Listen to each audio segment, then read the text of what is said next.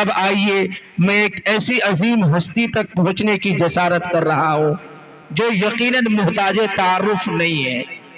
رات میں میری ملاقات ہوئی، لیکن ایک جوہر کی قدر و قیمت کو سمجھتا ہے۔ جب ایک جوہری جوہر کو دیکھتا ہے پھر ان کے جذبات کھل اٹھتے ہیں اور پھر پتا چلتا ہے کہ یہ کتنی عظیم ہستی ہے، تو ایک ایسی عظیم ہستی تک پہنچنے کی جسارت کرتا ہوں جو محتاج تعارف نہیں ہے، جن کے لیے صرف میں دو بول کہوں گا، جن کے اندر پھولوں کی مہک، بلبل کی چہک اور وہ کلیوں کی چٹک کے ساتھ ساتھ باطل کے لیے ایٹم بم اور تلوار بھی ہیں، جن کو میں اس شعر کے ساتھ آواز اسٹیج دوں گا۔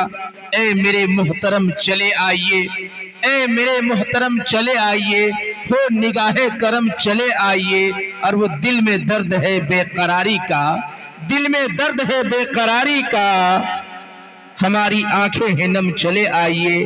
آپ مسیحا بھی ہیں، آپ معالج بھی ہیں، آپ مسیحا بھی ہیں، آپ معالج بھی ہیں، اے طبیب صالح چلے آئیے، جن سے میری مراد فضیلت الشیخ جناب حضرت مولانا محبوب عالم صاحب مظاہری دامت برکاتہم العالیہ ہیں۔ میں حضرت والا سے دست بستہ عرض کروں گا کہ حضرت والا اپنی مواعظ حسنہ سے ہم تمام سامعین کے قلوب کو مجلہ و مشفع فرمائے۔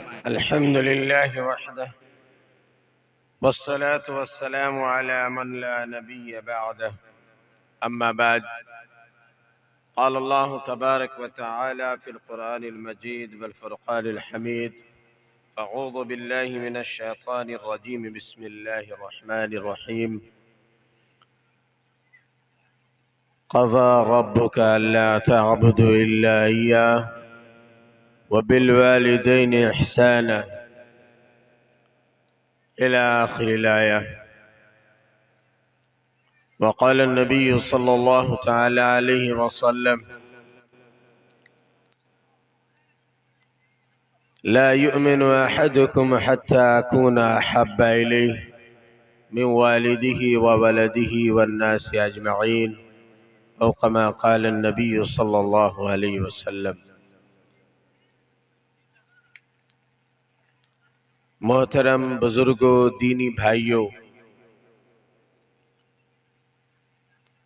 رات بھی آپ سے مخاطب ہوا اور ابھی بھی چند باتیں گوشے گزار کرنے کے لیے حاضری ہوئی ہے۔ عزیزان وطن،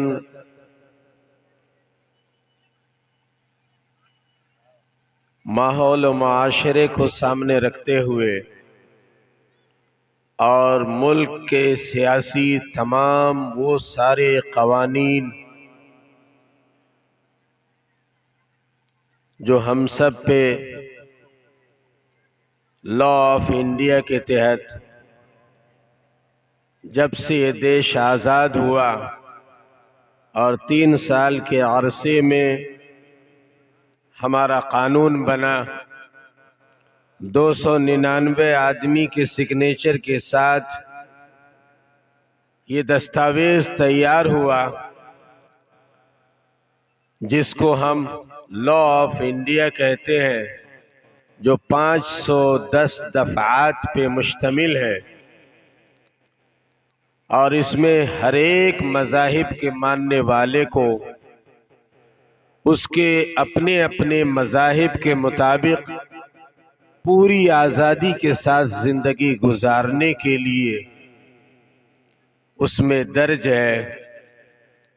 اس ملک ہندوستان کے ہم سب حقدار شہری ہیں، باوجود اس کے ہم سب کے اندر جو بات پائی جانی چاہیے تھی یا جو پائی جا رہی ہے وہ نہیں ہے۔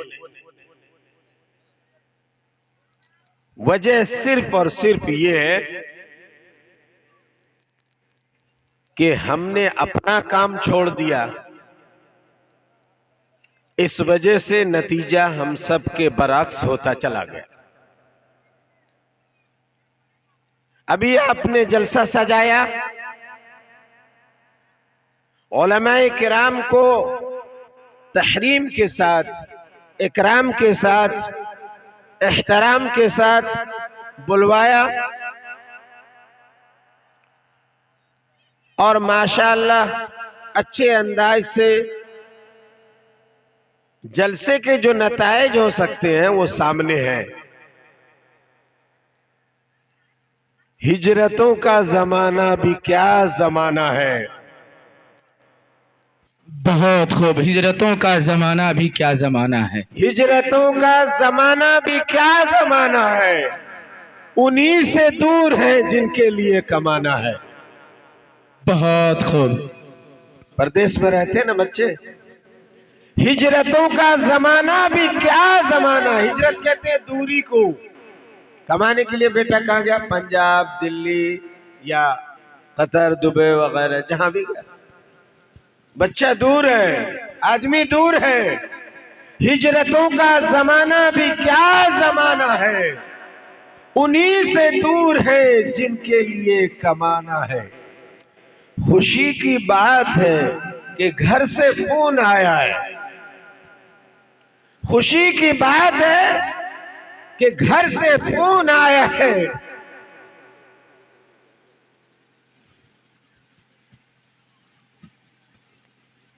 خوشی کی بات ہے کہ گھر سے فون آیا ہے، تعجب یہ ہے کہ مجھے خیریت بتانا ہے۔ بہت خوب، ماشاءاللہ۔ اس بات کو دل جمعی کے ساتھ لیں کہ ہم لوگ جس مولانا امان اللہ صاحب چترویدی کو سننے کے لیے یہاں تشریف فرما ہے، وہ ان کی تشریف آوری ہو رہی ہے۔ اللہ رب العالمین ان کے علم میں، عمل میں برکت عطا فرمائے۔ ایک مرتبہ نعرہ لگا لے تو نعرہ تکبیر، نعرہ تکبیر، حضرت مفتی امان اللہ صاحب چترویدی زندہ باد، زندہ باد۔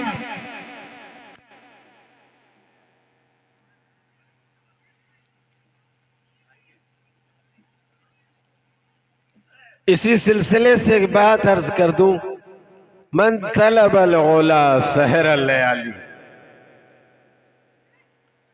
جو بلند مرتبہ چاہتا ہے وہ راتوں کو جاگ کے اللہ سے اپنا رشتہ قائم کر لے، اللہ نواز دیتا ہے، اللہ نواز دیتا ہے۔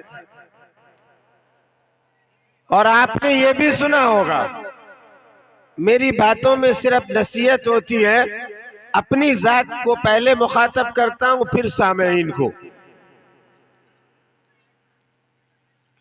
آپ نے سنا ہوگا ایک جملہ ہے دیہاتانہ کہ جب کوئی چیز محنت کے طور پر بندہ کر رہا ہوتا ہے، آگے اس کا لب و لباب کچھ اور بن جاتا ہے، تو پھر زیادہ افسوس ہوتا ہے، زیادہ افسوس ہوتا ہے۔ ہم لوگ کیسے کہتے ہیں دیہاتی میں، کیا دیا پر ستوا چکا، کہتے ہیں کہ نہیں کہتے؟ یہ اس لیے کہتے ہیں کہ معاملہ کچھ اور تھا، ہو کچھ اور گیا، ہونا کچھ اور تھا، ہو کچھ اور گیا۔ اسی وجہ سے جو بات سمجھنی ہے یا جو مقصد ہے، اس کے علاوہ کہیں اور بے راہ روی کی طرف چلتے بنتے، یہ بات عجیب ہو جاتی ہے۔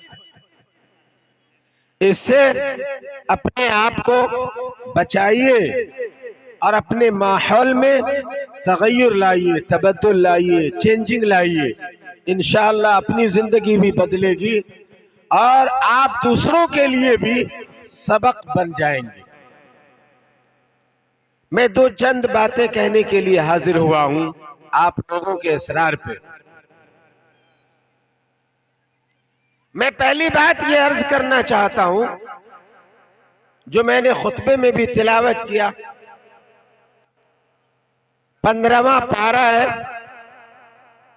اور آیت نمبر 21 ہے، اس میں اللہ رب العالمین فرماتا ہے قضا ربک الا تعبدوا الا اياه وبالوالدین احسانا۔